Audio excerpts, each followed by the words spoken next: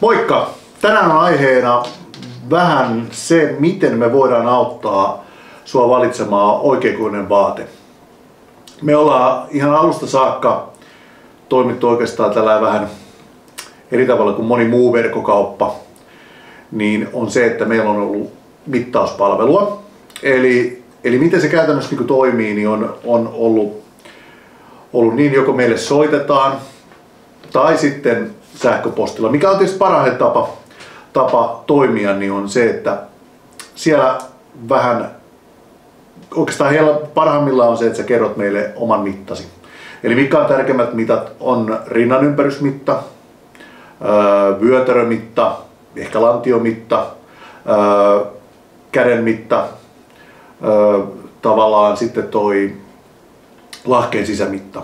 Mitä niillä saadaan tietää, niin on se, että me ollaan aika hyvin mitattu näitä omia tuotteita ja vähän jo tässä pienellä rutiinilla pystytään jo sanomaan niitä eri mittoja, mitä kannattaa ottaa huomioon, koska jokaisen vartalohan on oikeastaan niin kuin yksilöllinen, eli toisella on vatsaa, toisella on rinta on hyvinkin niin kuin jyhkeä ja toisella on kapea lantio, mutta vatsa on enemmän ja ynnä muuta.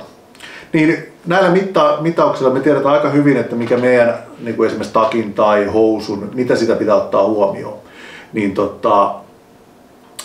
näille eväillä niin kuin päästään aika pitkälle. No, mitä sun pitäisi mitata on, että me saataisiin sellainen niin kuin varma ja hyvä mitta. Niin on tosiaan, niin kuin mä sanoin jo äsken, että totta kai, joo, lähdetään ihan alusta. Eli yksi sellainen tärkeä asia on sun pituus ja paino.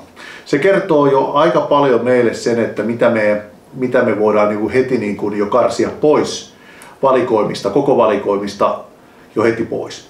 Ja ylipäätänsä sitten niin kuin tavallaan siitä yhdistelmistä päästä eteenpäin. Koska nythän kun puhutaan esimerkiksi Carharttilla tai jopa Parboardillakin, on monia eri tai tavallaan mitä he kertoo oman vaatteen mitat on monia eri tapoja.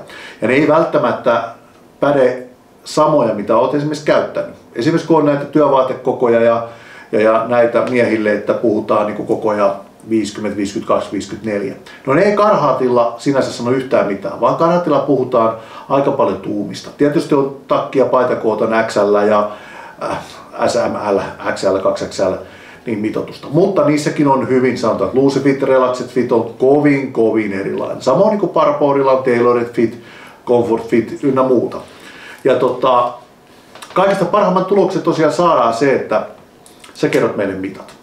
Ja tosiaan nyt kun mä sanoin äsken, että pituuspaino on ne tärkeitä, se on totta. Ne on niin kuin tärkeitä. Mutta jos lähdetään niin kuin takki- ja paitamitoituksesta, niin rinnan ympärystä, navan ympärystä on toinen, eli rinnan ympärys, navan ympärys, siitä mitta.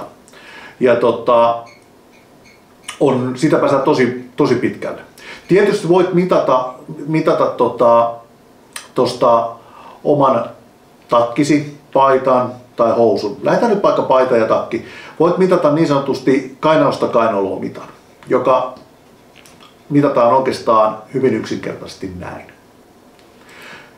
Sitten on toinen hihan sisämitta, eli kainalosta hihan suuhun, niin sillä saadaan hihan pituus. Ja mittaat oikeastaan sen tällä tavalla, niin siitä saat aika hyvän. Eli näillä mitoilla, ja tietysti otetaan vielä yksi mitta, eli tosiaan tämä niin sanotusti mun navan ympärysmitta, eli mitataan myös tästä niin kuin takin, tästä suurin piirtein mikä napa voisi korkeudet olla, niin päästään hyvin kärryille. Niin nämä mitat kun meille lähetät, niin näillä mitoilla me pystytään sulle sanomaan aika tarkalleen Carharttin takki, mikä on sulle sopiva. Ja jos haluat niin kuin suoraan sanoa oman mittasi, niin sitten voit mitata rinnan ympärystä mitan. Näin. Niin silloin saadaan koko rinnan ympärystä siitä. Samoin se mun mielestä yksi tärkeä mitta on navan ympärysmitta, jonka mittaat näin. Ja näillä tiedoilla me pystytään hyvin hakemaan se oikea kokoinen tuote. Tietysti jos et halua laittaa viestiä tai soittaa meille, niin on se, että näillä mitoilla ja vertailet meidän tuoteteksteissä olevaan mittoihin. Karhatin koko taulukot on haasteellisia. Siellä on ajateltu moni tuote käytettävän vähän eri tavalla, joten siitä voi tulla haasteita siitä mitoituksesta. No, miten sitten mitataan housut? Niin yksi mitta muuten unohtui, tämä hihamitta. No se on vaikea niin kuin omasta kädestä, mutta voit sen mitata, mutta siihen ehkä toimii se oma paita. Mutta näin sen esimerkiksi voisi mitata. Tietysti jos sulla on apulainen, niin totta kai se auttaa tosi paljon. Mutta sitten on yksi tärkeä mitta on housujen mitta ja karhatillahan puhutaan housut aina tuumissa. Eli ensimmäinen tuuma kertoo vyötärön ympärysmitan. No miten sä saat sen karkeasti mitotettua, että paljon sun ympärysmitta, kun sä esimerkiksi mittaat vyötärön ympärystä näin ja saat siitä lukeman, niin miten sä voit verrata tuumaan? No se on aika yksinkertainen. Se senttimetrimäärä jaettuna tuuman mitalla noin karkeasti, tämä on nyt karkeasti, en lähde mitään desimaaleja hirveästi, eli 2,54 jaettuna. Niin siitä sä saat tuumamitan. Ja se on aika lailla pätevä niin kun, sitten siihen housumittaan. Eli jos sä huomaat jo, että sulla on niin kun, vyötärön ympärysmitta on esimerkiksi 90 senttiä, niin silloin sä voit arvata, että tuuma 30 on vähän liian kapoin. Koska se olisi 30 tuumaa noin karkeasti 76 senttiä. Eli se olisi liian pieni. Eli tästä sä pääst hyvin. Samoin niin kuin sitten lahkeen pituus, se on vähän vaikeampi, mutta yksi mitta on aika hyvä, että sä mittaat tuota niin sanotusti haaruvälistä tonne nilkan luuhun ehkä, niin sä saat siihen suurin piirtein mitan. Se on vähän vaikeampi. Eli on helpompi mitata tästä olemassa olevasta housusta mitta. Eli tästä haarukiilasta puntin alareunaan vanhan housun mitta, niin sitä päästään aika pitkälle. Ja housussa on myös helppo mitata tämä vyötärö, eli reunasta reunaan mitta on näin, että levität housun, vähän pienet kiristät ja mitat tästä päältä. Niin siitä saadaan. Ja se kertaa 2, niin silloin sä saat ympärysmitan ja sen tuuman. Ja jos sulla on nyt edelleenkin se tuuma saada. Jos haluat selvittää tuuman niin se on helposti, eli tuumakoko kertaa 2,54, niin saat siitä silloin oman senttimetrin määrän. Noin karkeasti, mikä on ihan karkeana, toimii hyvin. Ja sen jälkeen, kun sä lähetät meille näitä mittoja, niin me tehdään sellainen karkea arviointi, koska me tiedetään housun profiili, miten se kannattaa huomioida ynnä muuta. Niin tällä päästään todella lähelle. Ainahan ei välttämättä onnistuta siinä, mutta on ainakin yritetty. Tällä säästetään sun ja meidän aikaa siinä, että ei tule turhia palautuksia. Ja siinä menee aikaa kumminkin, posti kulkee minkä kulkee. Niin tällä päästään aika helposti sillä, että lähetä meille sähköposti omat mittasi ja se tuote, mistä olet kiinnostunut ja sen mukaan niin me mittaillaan. Ja me vastataan aika nopeasti, eli pyritään siihen, että niin kun tällä arkipäivänä viikolla pystytään vastaamaan sulle jopa saman päivän aikana.